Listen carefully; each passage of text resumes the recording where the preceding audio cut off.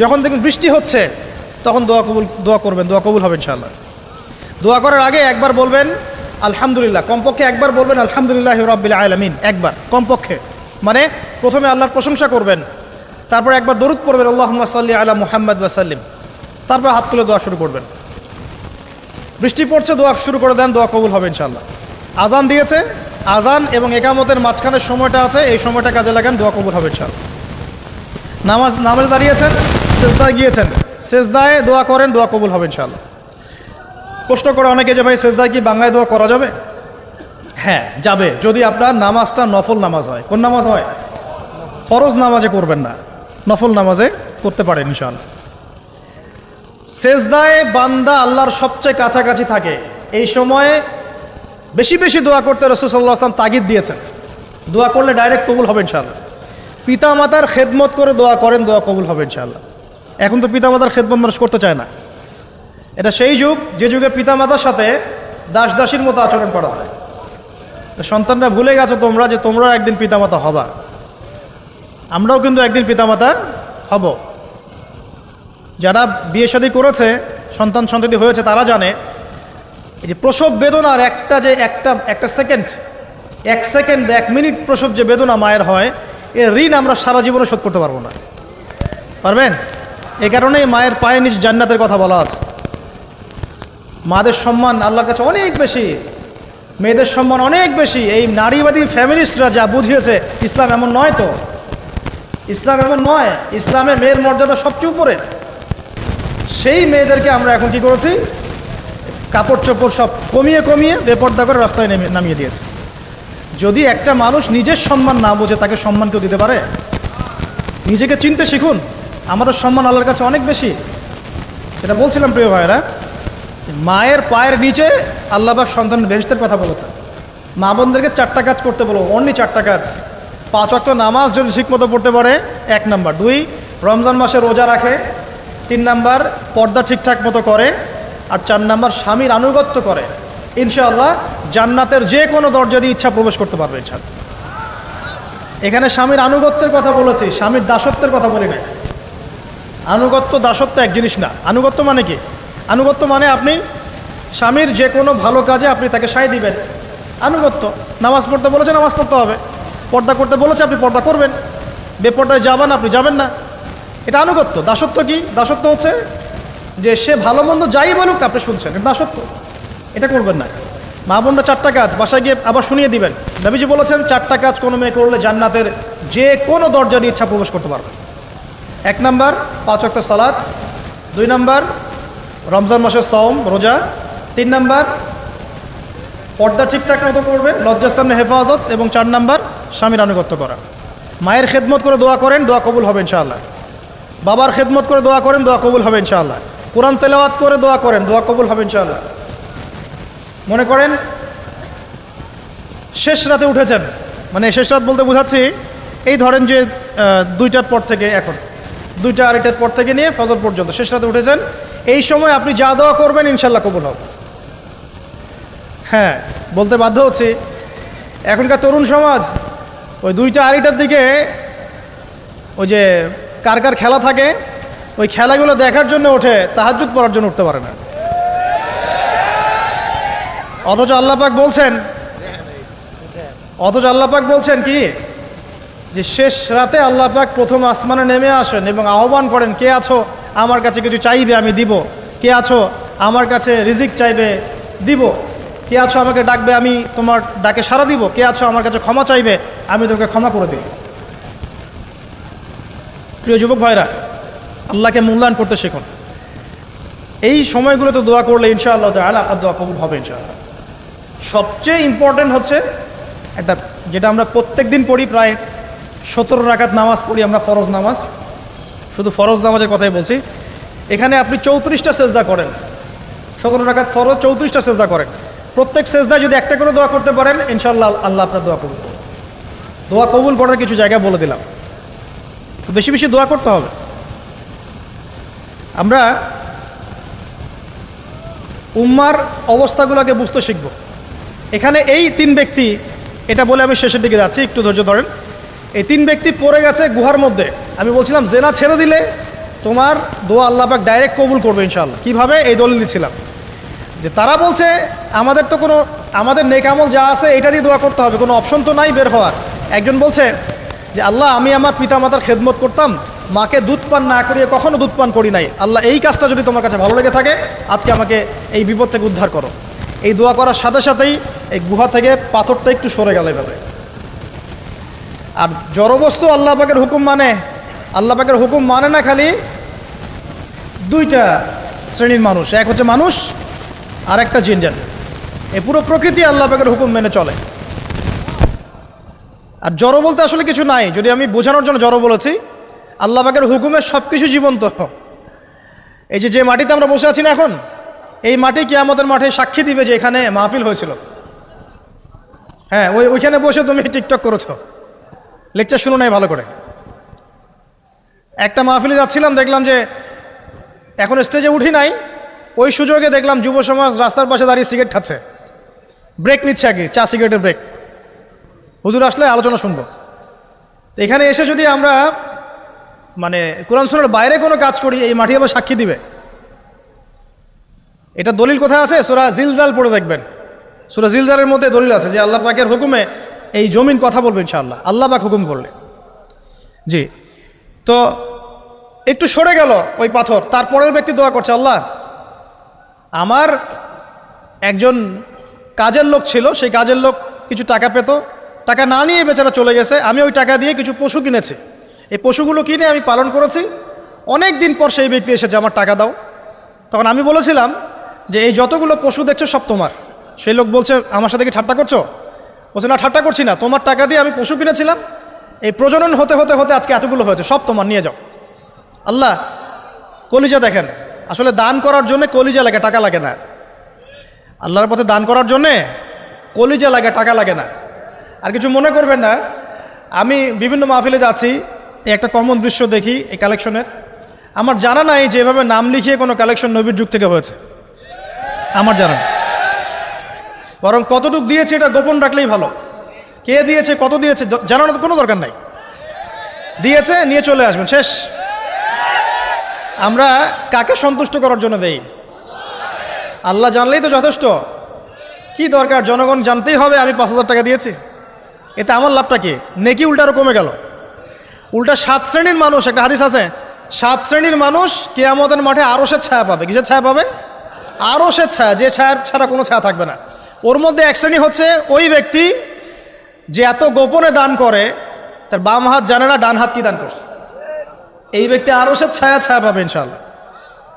তো দুনিয়া যদি উদ্দেশ্য থাকে, নাম প্রকাশ করা, জাহির করার উদ্দেশ্য থাকে, বা যদি এমন হয় যে এখানে লৌকিকতা উদ্দেশ্য থাকে, নেকি নষ্ট হয়ে যেতে পারে, সুযোগ আছে, চান্স আছে। তো এই ট্রেডিশনগুলো বন্ধ করলে মনে হয় ভালো হয়।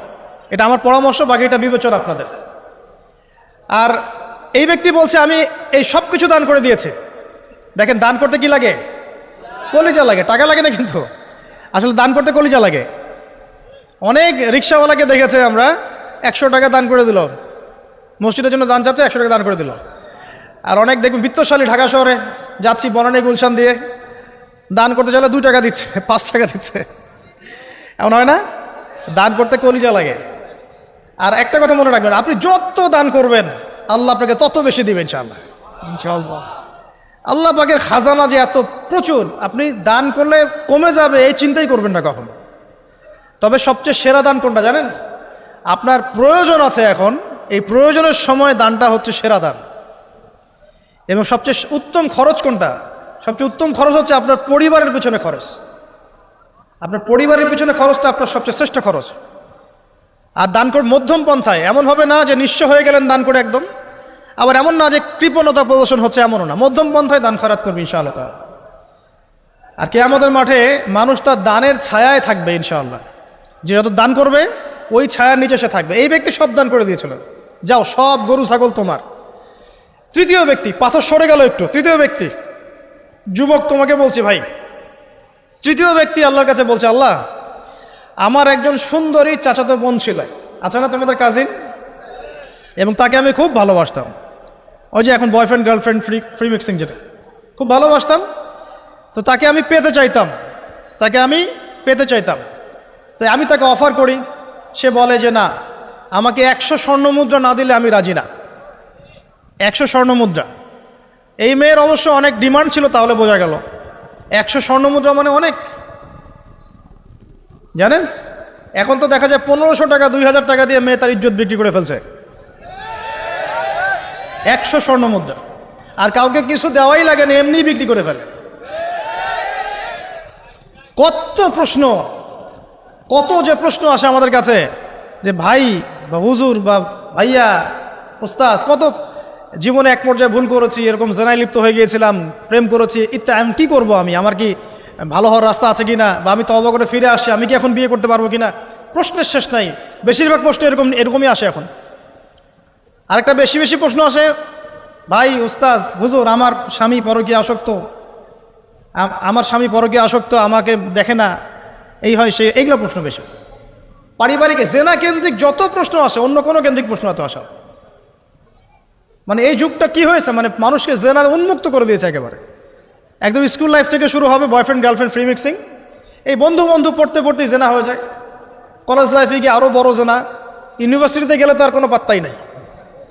ইউনিভার্সিটির খুব কম ছেলে পাবেন সিগারেট খায় না, এবং খুব কম ছেলে মেয়ে পাবেন যারা এই অবৈধ প্রেম করছে না, খুব কম। এটাকে আমরা প্রমোট করছি আবার। বিশ্বাস করেন শুধুমাত্র সরাসরি সেক্সুয়াল সম্পর্কটাই জেনা নয়, এই মিক্সিংটাও জেনা আল্লাহ পাক বলেছে। এবং এতে করে আমাদের যুব সমাজে অধঃপতনটা হয়েছে, এটা অন্য কোনোভাবে হয় নাই। কারণ সূরা আলে ইমরান পড়ে দেখবেন আল্লাহ পাক বলছেন যুয়িনা লিন-নাস হুব্বুশ শাহওয়াতি মিনান নিসা, মেয়েদের মধ্যে ছেলেদের জন্য সবচেয়ে বেশি শাহওয়াত আছে, শাহওয়াত খাহেসাত, এটা সবচেয়ে বেশি আকর্ষণ করে ছেলেদেরকে।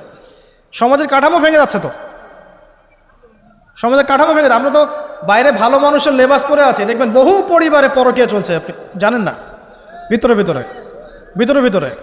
আমরা তো লজ্জা এগুলো বলি না, চোখ লজ্জায় বলি না, চলছে এগুলো এখন কমন হয়ে গেছে। যে ফ্যাশন শোন নামে বিউটি হয় নাই। কারণ সূরা আলে ইমরান পড়ে দেখবেন আল্লাহ পাক বলছেন যুয়িনা লিন-নাস হুব্বুশ শাহওয়াতি মিনান নিসা, মেয়েদের মধ্যে ছেলেদের জন্য সবচেয়ে বেশি শাহওয়াত আছে, শাহওয়াত খাহেসাত, এটা সবচেয়ে বেশি আকর্ষণ করে ছেলেদেরকে। সমাজের কাঠামো ভেঙে যাচ্ছে তো, সমাজের কাঠামো ভেঙে। আমরা তো বাইরে ভালো মানুষের লেবাস পরে আছি, দেখবেন বহু পরিবারে পরকীয়া চলছে, জানেন না, ভিতরে ভিতরে। আমরা তো লজ্জা এগুলো বলি না, চোখ লজ্জায় বলি না, চলছে এগুলো এখন কমন হয়ে গেছে।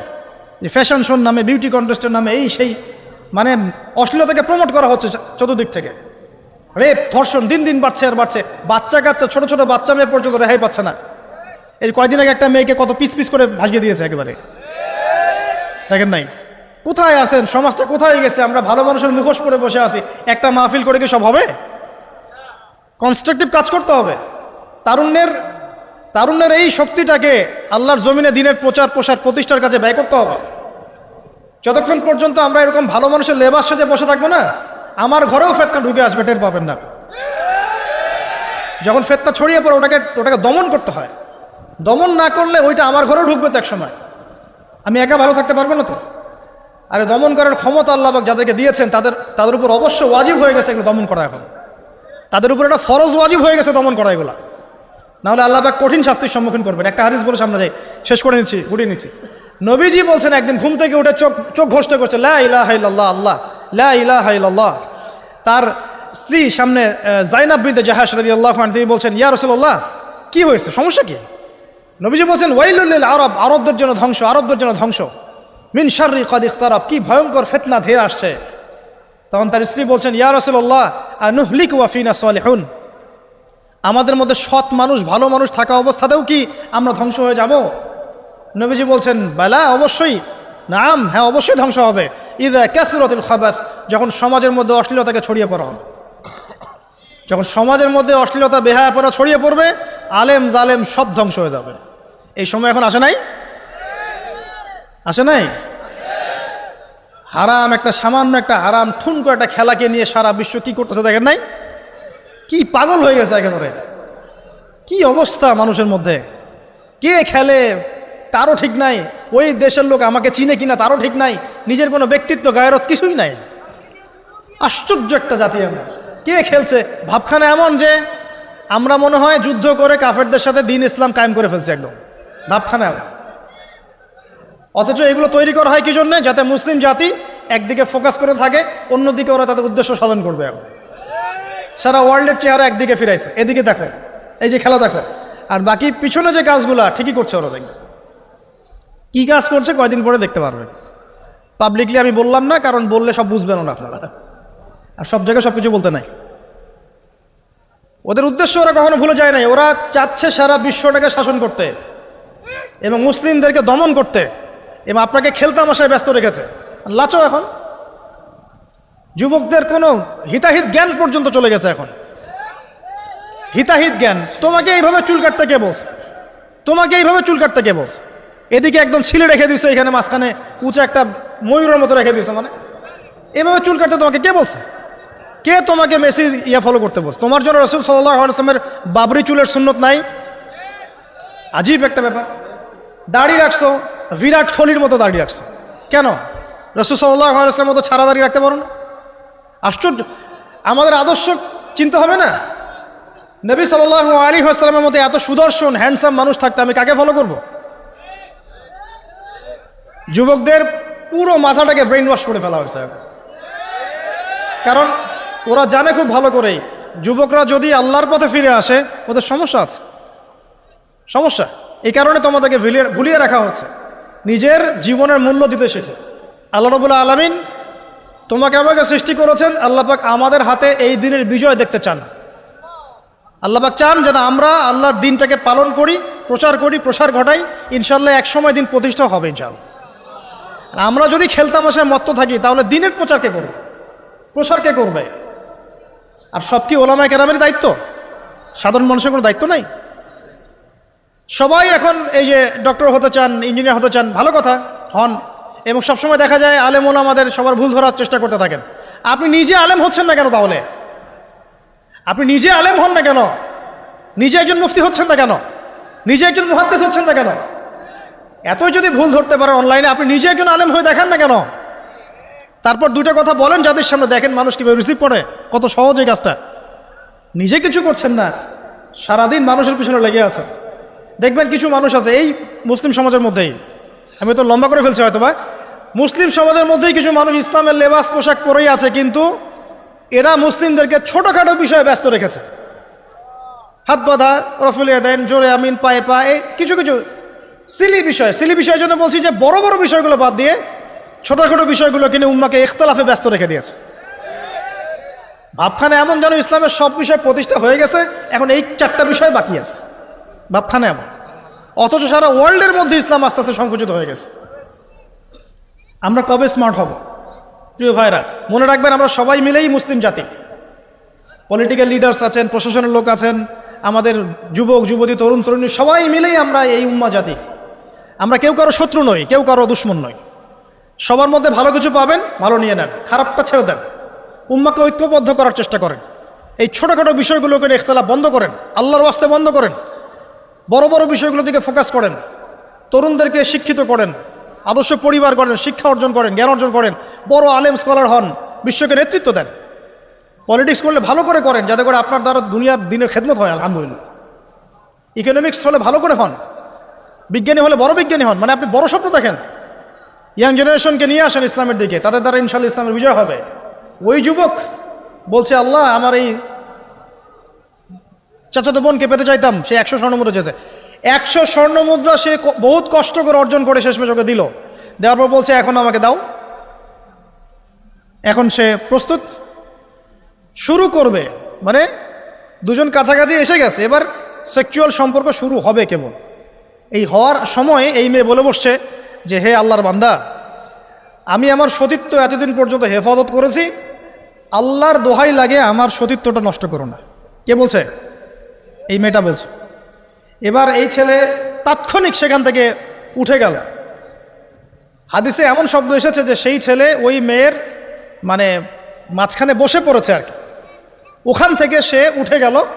উঠে স্বর্ণমুদ্রাও নিল না, স্বর্ণমুদ্রা রেখে দিয়ে সে আল্লাহর ভয় সেখান থেকে উঠে চলে আসলো, জেনা করলো না। সে বলছে, আল্লাহ ওই কাজটা যদি আমি তোমার ভয়ে করে থাকি, তুমি যদি জানো, আজকে এই পাথরটা এখান থেকে সরিয়ে দাও আল্লাহ। আল্লাহ পাক সেই পাথরটা পুরো সরিয়ে দিলেন এখান থেকে। চাক্ষুষ মৃত্যুর হাত থেকে আল্লাহ পাক বাঁচালেন কোন ওসিলায়? জেনা থেকে দূরে থাকার ওসিলায়। প্রিয় যুবক ভাই, এবং যুবতীদেরকে বলবো চারিত্রিক পবিত্রতা হেফাজত করেন, আল্লাহর ওয়াস্তে নিজের জীবনটাকে পবিত্র করেন, দিনের এলেম অর্জন করেন, বেশি বেশি আমল করেন, ভালো কাজে ব্যস্ত থাকেন, সমাজ কল্যাণমূলক কাজ করেন, বেশি ভালো কাজে ব্যস্ত থাকেন, খারাপ সার্কেলের সাথে মিশিয়েন না, ভালো সার্কেলে মিশেন, আলেম ওলামার সাথে সম্পর্ক রাখেন, মাদ্রাসার সাথে একটু যোগাযোগ রাখেন, দিনী হালাকাগুলোয় বসেন, এই অহেতুক ফাহেসা কাজগুলোতে সময় নষ্ট করেন না, কোরআন তেলাওয়াত করেন, বেশি বেশি পড়েন, দিনী বইপত্র পড়েন, এই যে ভ্রাম্যমাণ লাইব্রেরিগুলো আছে না, বই পড়েন। আমি বলছি না শুধু ইসলামিক বই পড়তে হবে আপনাকে, আপনি অর্থনীতির বই পড়েন, সমাজবিজ্ঞানের বই পড়েন, রাষ্ট্রবিজ্ঞানের বই পড়েন, জিওপলিটিক্যাল বইগুলো পড়েন, কোরআন সুন্নাহ তো পড়বেনই, শিক্ষিত হন ইনশাআল্লাহ তাআলা। আজ হোক আর কাল হোক আমরা বিশ্বাসী ওই যে যুগটা ছিল, যে যুগে মুসলিমরা সারা বিশ্ব দাপটের সাথে দাপিয়ে বেরিয়েছে আর কি, প্রত্যেকটা ডিপার্টমেন্ট মুসলিমরা রুল করেছে, ইনশাআল্লাহ আবারও সেই সময় ফিরে আসবে ইনশাআল্লাহ। আমরা বিশ্বাস করি আল্লাহ রাব্বুল আলামিন তার রাসূলের মাধ্যমে জানিয়েছেন যে ফিতনাময় পরিবেশটা চিরস্থায়ী হবে না। এখন হয়তো ফিতনা চলছে, কিন্তু এরপরে আসবে ইনশাআল্লাহ তাআলা আল মাহদির যুগ। কার যুগ? ইমামুল মাহদির যুগ আসবে ইনশাআল্লাহ। তারপরে ঈসা ইবনে মারইয়ামকে আল্লাহ পাক পাঠাবেন এবং যত দুশমন আছে ইসলামের সবার সাথে সরাসরি ব্যাটল হবে, হাদিসে বলা আছে, কিছু করেন নাই। এবং সেই যুদ্ধগুলোতে মুসলিমরা জিতবে ইনশাআল্লাহ। তারপরে সারা বিশ্বে ইসলামী খেলাফা কায়েম হবে ওই জেরুজালেম থেকে ইনশাআল্লাহ আযজা ওয়া জাল। আমরা দোয়া করি আল্লাহ রাব্বুল আলামিন আমাদের যুব সমাজকে যেন কবুল করে নেন, আমিন, এবং তাদেরকে এই জাগতিক ফিতনাগুলো থেকে আল্লাহ পাক হেফাজত করুন। আমাদের সতীত্ব, পবিত্রতা, চরিত্রের সৌন্দর্য আল্লাহ পাক যেন অটুট রাখে, জেনা থেকে আল্লাহ পাক যেন বাঁচিয়ে রাখে। আল্লাহ পাক আমাদের সবাইকে দিনের এলেম অর্জন করার তৌফিক দান করেন, জীবন সম্পর্কে সচেতন হওয়ার তৌফিক দান করেন, সময়কে মূল্যায়নের তৌফিক দান করেন, খাস পর্দায় থাকার তৌফিক দান করেন মা বোনদেরকে, এবং আমাদের মধ্যে উম্মার ঐক্যের জন্য কাজ করার তৌফিক আল্লাহ পাক সবাইকে দান করেন, আমিন।